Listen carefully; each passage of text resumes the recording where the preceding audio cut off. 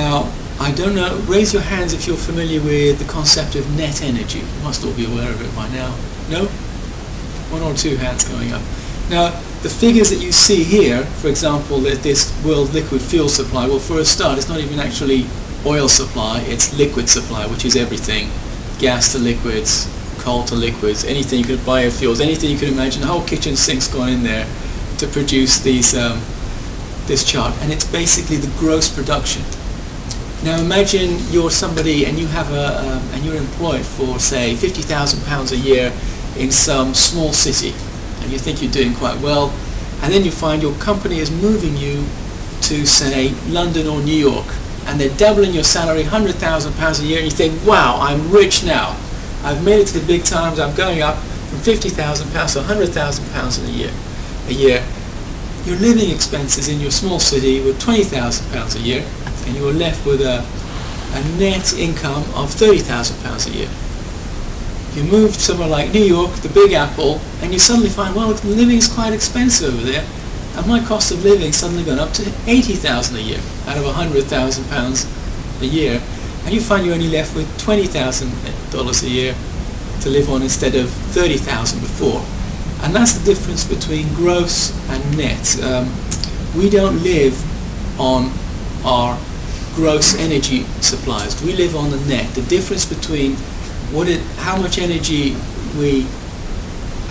is produced and how much energy is actually required in the process of making that energy. So, for example, in the early days of oil, some of you may know, the old the pictures of the old wooden derricks, and like in the 1850s, and they'd get a big gusher, and there'd be a huge wall of oil coming out under pressure in, say, Spindletop, Texas. And in those days, they had something where for every barrel of oil they'd used to get out in wooden barrels, which is where the term came from back in the 1850s. For every barrel of oil, you see the far chart there, they used to get 100 barrels back.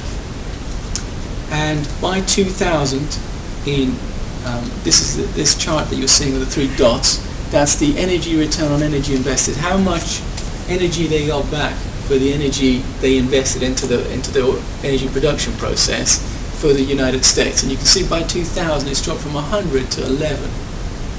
So they've gone from big gushers where, Colonel Drake, who started the oil trend back in the 1850s, he went down just 20 meters.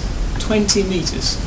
And today now we're talking about deep offshore in Tupi field going down thousands of meters under the ocean, and then a few thousand meters under the rock, and then going under subsalt, which is moving it under high temperature and pressure.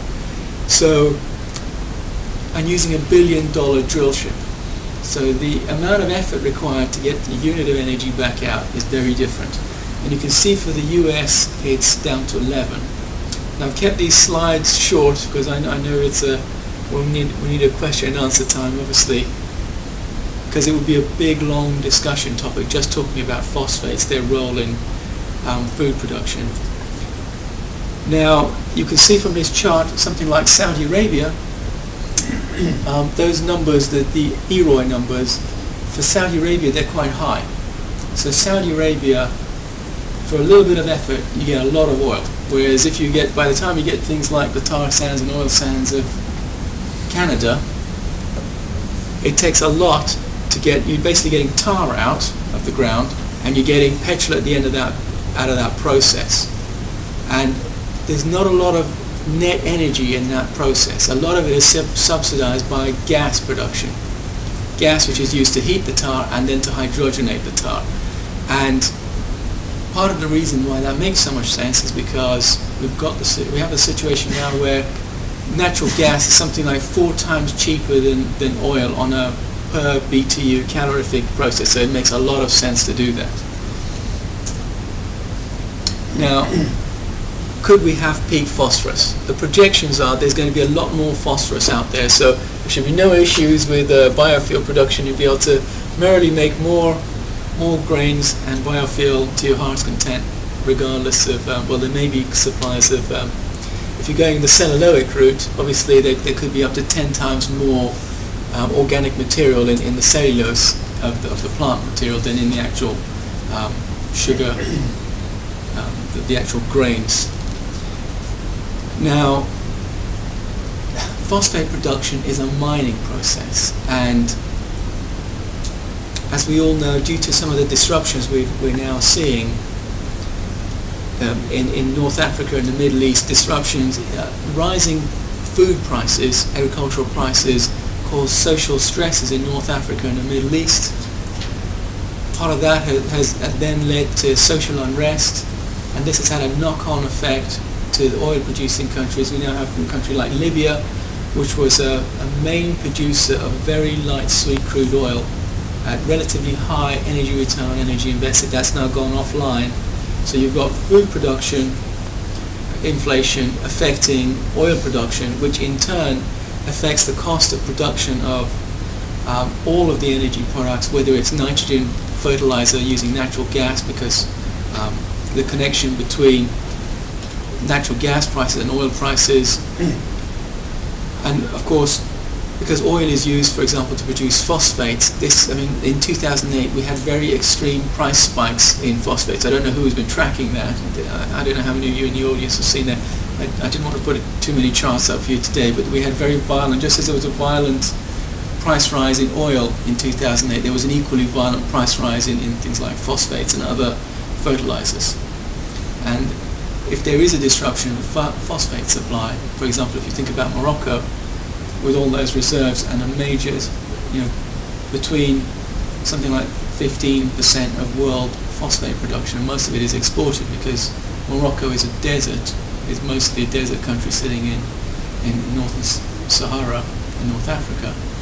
If their exports are disrupted for any reason, for any social reason, because Morocco is also, remember, is a relatively lower income country, we could have disruptions to a major phosphate exporter, which would in turn have potentially massive impacts to grain production, which would then have further feedbacks to the North Africa and the Middle East, which are major structural importers of grains.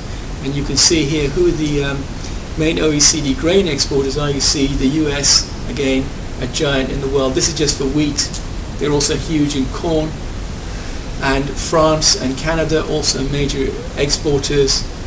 Even the UK, it shows at 2%, but don't be fooled by that. The UK is actually a major grain producer. We just don't export that much because we spend a lot of it, we feed a lot of it to our animals to grow meat in the UK.